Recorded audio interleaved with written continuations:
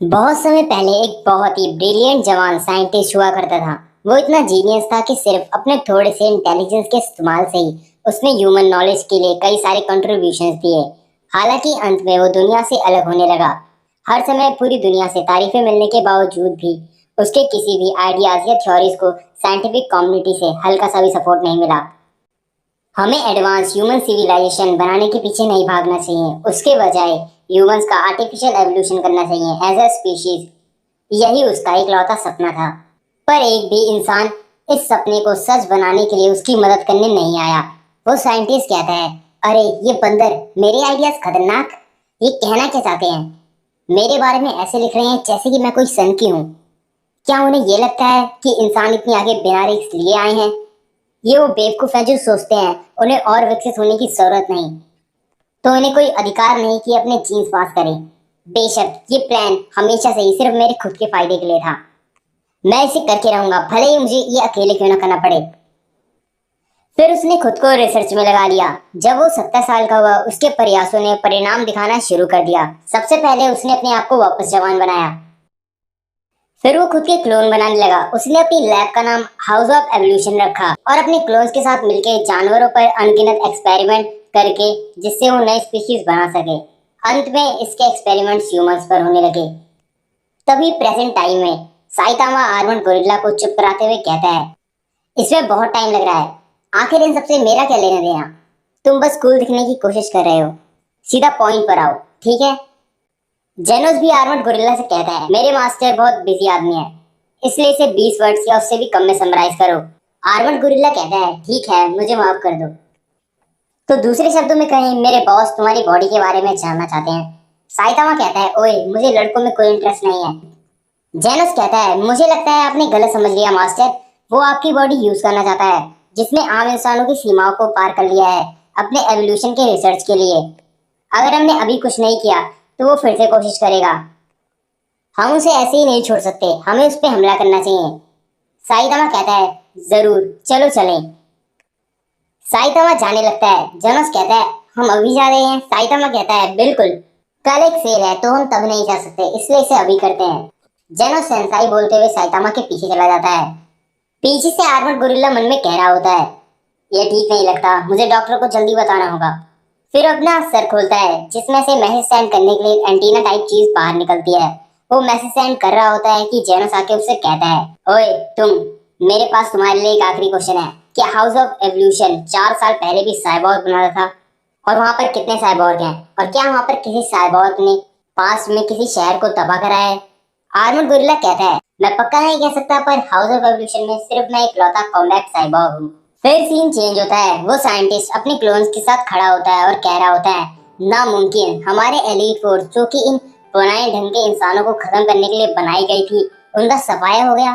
फिर उनमें से एक क्लोन कहता है, आर्मर्ड गोरिल्ला की रिपोर्ट के हिसाब से जिन दोनों ने ये किया है वो अभी रास्ते में है और यहाँ पहुंचने वाले हैं।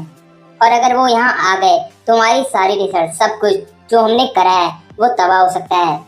दूसरे क्लोन्स बोलते हैं, ये तो एक सीरियस मैटर है। साइंटिस्ट गुस्से से कह रहा होता है, अब सिर्फ एक ही रास्ता है, हमें अपना ट्रम्प कार्ड यूज करना होगा। सारे क्लोन्स ये सुन के हैरान हो जाते हैं। साइंटिस्ट कहता है, कार्नेज कबूतरों को आजाद करने की तैयारियां करो। सारे क्लोन्स बहुत घबरा जाते हैं और कहते हैं, क्या तुम पागल हो? उसको आजाद कर दोगे?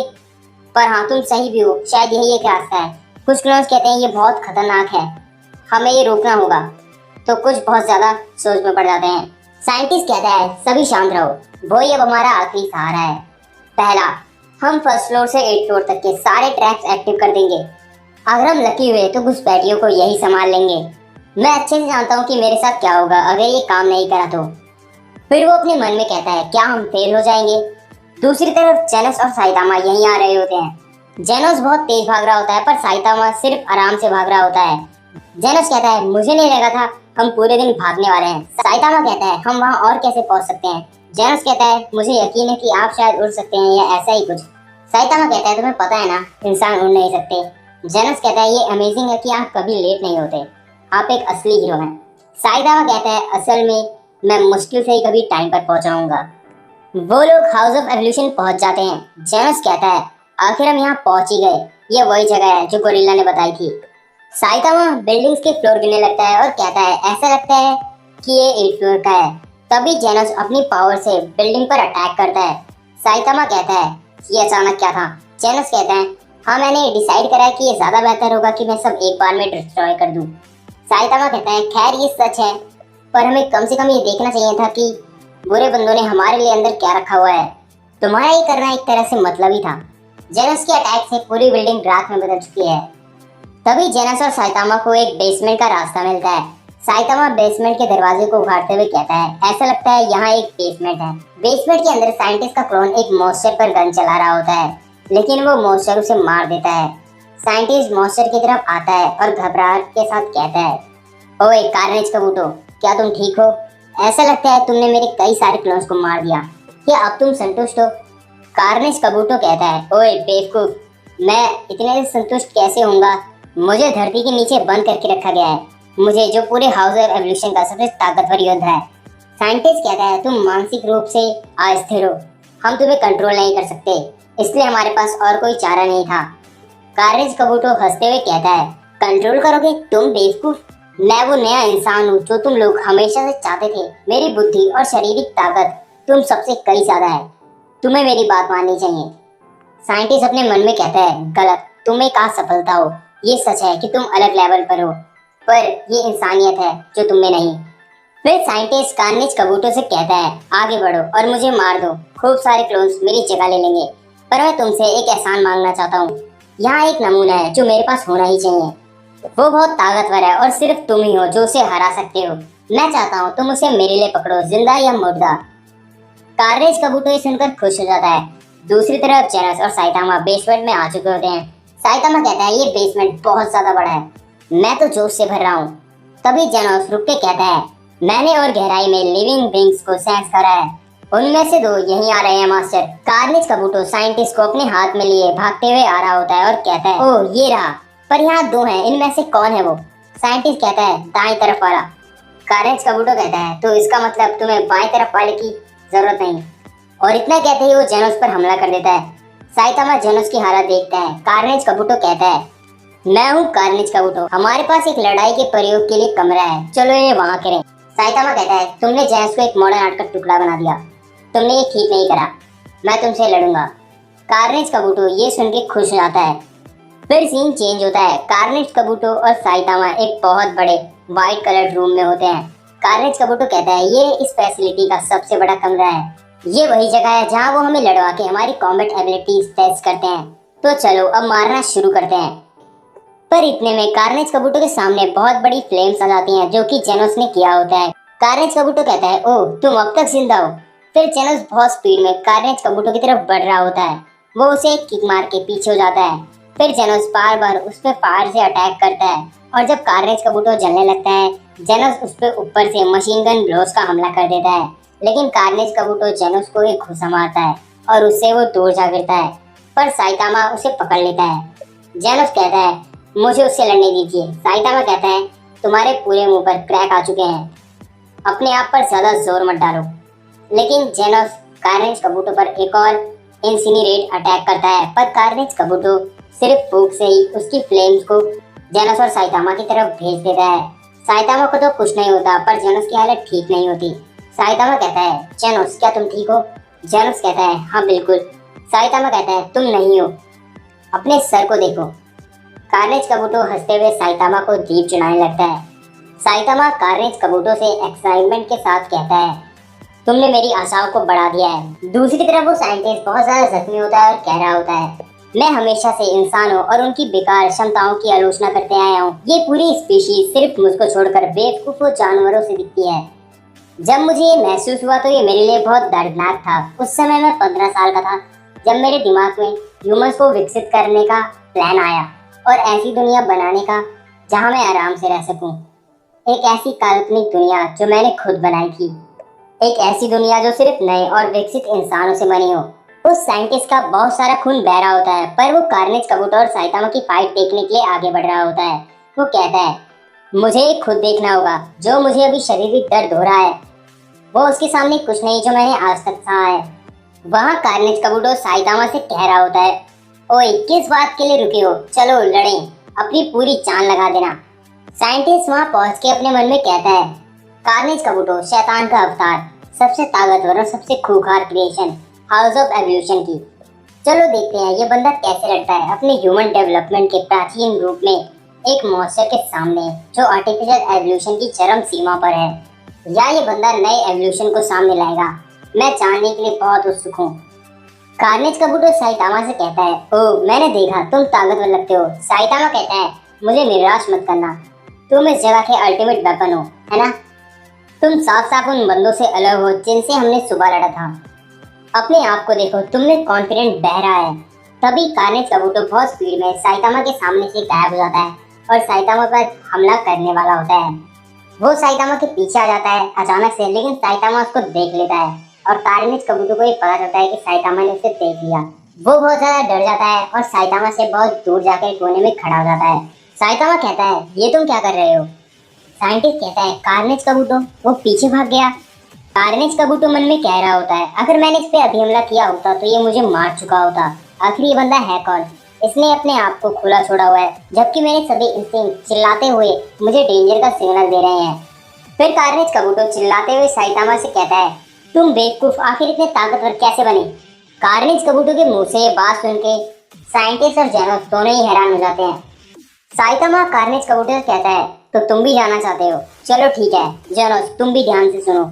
जेनोस अपने मन में कहता है, ये हमें अभी बताने वाले हैं अपनी पावर का सीक्रेट। साइंटिस्ट साइतामा के पास आके कहता है, मुझे भी जानना है। साइतामा कहता है, हाँ तुम कौन हो? साइंटिस्ट बताता है, मैं हूँ जीनियस। साइतामा कहता है, अच्छा ठीक है अब सुनो। जेनोस अपने मन में कहता है, ये बहुत रिस्की है, आप इन लोगों के सामने अपना सीक्रेट नहीं बता सकते। तभी साइतामा कहता है, पहला जो सबसे जरूरी चीज है वो ये है कि तुम्हें खुद को एक मुश्किल ट्रेनिंग रेजिमेंट में रखना पड़ेगा। साइंटिस्ट मन में कहता है, ट्रेनिंग? ना कोई मॉडिफिकेशन सर्जरी, ना ही जेनेटिक एनहेंसमेंट, पर सिर्फ एक ट्रेनिंग। कार्नेज कबूटो मन में कहता है, आखिर कैसी ट्रेनिंग? साइतामा कहता है, सुनो जेनोस, तुम्हें ये करते रहना होगा, भले ही ये कितना मुश्किल लगे। इतना ताकतवर बनने में मुझे 3 साल लगे। 100 पुशअप्स, 100 सिटअप्स, 100 स्क्वाट्स, फिर एक 10 किलोमीटर रन हर एक दिन। और बिल्कुल ये ध्यान रखना कि तुम रोज 3 मील्स देख के खाओ और सुबह सिर्फ एक बनाना ठीक रहेगा। पर जो सबसे जरूरी है वो ये है कि कभी भी गर्मी में एसी और सर्दी में हीटर यूज मत करना, ताकि तुम अपनी मानसिक शक्ति को बढ़ा सको। शुरू में तुम चाहोगे कि तुम मर जाओ और शायद तुम ये सोचने लगो कि एक दिन ना करने से क्या ही नुकसान होगा, पर मेरे लिए अगर मुझे ताकतवर बनना है तो चाहे जो हो जाए, भले वो कितना मुश्किल हो, भले ही मुझे खून बहाना हो, मैं नहीं रुकूंगा। मैं स्क्वाट्स करता रहता था, भले ही मेरी टांगे उन्हें करने से मुझे रोकने लगे। मैं पुशअप्स करता रहता था, भले ही मेरे हाथ बहुत ज्यादा दुखने लगे। 1 और आधे साल बाद मुझे बदलाव दिखा। मैं टकला हो चुका था और ताकतवर बन चुका था। दूसरे शब्दों में, तुम्हें इतने ज्यादा हद तक ट्रेनिंग करनी होगी कि तुम्हारे सर के सारे बाल झड़ जाएं। यही एक रास्ता है ताकतवर बनने का। जो बंदे बेवकूफों की तरह न्यू ह्यूमन रेस और इस एवोल्यूशन जंग के पीछे भाग रहे हैं, कभी भी इतनी आगे नहीं आ सकते। इंसान ताकतवर है क्योंकि हमारे पास खुद को बदलने की क्षमता है। साइतामा की बात सुन के साइंटिस्ट हैरान होता है और कार्नेज कबूटो अपने मन में कह रहा होता है, इस बंदे ने क्या सच में? जेनोस चिल्लाते हुए साइतामा से कहता है, मास्टर आप बकवास से भरे हैं, ये कुछ नहीं है सिवाय एक मामूली स्ट्रेंथ ट्रेनिंग के अलावा, और ये इतनी भी मुश्किल नहीं, ये तो बस नॉर्मल लेवल की है। मुझे और ताकतवर बनना है, मैं आपके साथ सिर्फ आपके मजाक सुनने के लिए नहीं हूँ। मास्टर साइतामा, आपकी पावर उससे कई ज्यादा है जितना आपको उस ट्रेनिंग से मिला। हमें आपका असली सीक्रेट जानना है। साइतामा जेनोस से कहता है, हो सकता है तुम मुझ पर विश्वास ना करो, पर सच यही है, मैंने बस इतना ही करा है। कार्नेज कबूटो अपना फॉर्म बदलते हुए कहता है, ठीक है, अगर तुम हमें अपना सीक्रेट नहीं बताना चाहते तो इसे ऐसे ही रहने दो। साइंटिस्ट कार्नेज कबूटो से कहता है, रुक जाओ, तुम फिर से रैम्पेज पे जाने वाले हो। इमरजेंसी अलार्म भी बजने लगता है। कार्नेज कबूटो कहता है, मैं शर्त लगाता हूँ तुम मेरे जितने ताकतवर नहीं, पर तुमने मुझे गुस्सा दिला दिया है, इसलिए मैं तुम्हें खत्म करने वाला हूँ। जेनोस आसपास की स्थिति देखने लगता है। बाहर जाने का दरवाजा बंद हो चुका है। कार्नेज कबूटो कार्नेज मोड ले लेता है और कहता है, जब भी मैं ऐसा होता हूँ, मैं 1 हफ्ते के लिए अपना कंट्रोल खो देता हूँ और लोगों को मारने की मेरी इच्छा कभी खत्म नहीं होती। तुम्हें मारने के बाद मैं शहर में जाऊंगा और वहाँ अगले शनिवार तक मौत का तांडव मचाऊंगा। अगर तुम ताकतवर हीरो हो तो मुझे रोको। साइतामा किसी बात से थोड़ा परेशान लग रहा होता है। कार्नेज कबूतो उसे एक पंच मारता है और साइतामा हवा में उड़ जाता है। साइतामा कहता है, नहीं, ऐसा नहीं हो सकता। तभी कार्नेज कबूतो उसे एक और पंच मार देता है। जेनस को साइतामा के लिए चिंता होने लगती है। साइतामा अपने मन में कह रहा होता है, अरे नहीं, शायद मैंने एक बहुत ही भयानक गलती कर दी। ये बंदा कार्नेज मोड में, इसने कहा ये पूरे एक हफ्ते के लिए रैम्पेज पर रहेगा। वो ऐसा अगले शनिवार तक रहेगा। आज से पूरा एक हफ्ता, यानी अगला शनिवार। दूसरे शब्दों में आज भी शनिवार है। इसका मतलब साइंटिस्ट कहता है ये खत्म हुआ। इस दुनिया में ऐसा कोई नहीं जो इसे रोक सके। साइतामा चिल्लाते हुए कहता है, तो इसका मतलब आज सुपरमार्केट में बार्गेन डे है। ये कहते ही वो कार्नेज कबूतो को एक पंच मारता है, जिससे कार्नेज कबूतो मर जाता है। साइंटिस्ट ये देखकर हैरान हो जाता है। साइतामा जमीन पर बैठकर चिल्ला रहा होता है कि मैंने गड़बड़ कर दी। साइंटिस्ट अपने मन में कहता है, आखिरी बंदा है कौन? तभी जेनोस साइंटिस्ट के पास आके कहता है, मुझे पक्का पता है वो सुपरमार्केट के इस सेल को लेके उदास है। जेनोस साइतामा के पास जाके कहता है, मास्टर, स्टोर रात के 10 बजे तक क्लोज होगा। वो जगह यहाँ से 4 आवर्स की दूरी पर है। अगर हम जल्दी करें तो पहुँच सकते हैं। साइतामा खड़े होकर जेनोस से कहता है, अगर मैंने जल्दी करी तो मैं पहुँच जाऊंगा। जेनोस कहता है, बिल्कुल। साइतामा कहता है, फिर जल्दी चलो जेनोस। जेनोस मास्टर कहते हुए साइतामा के पीछे चला जाता है।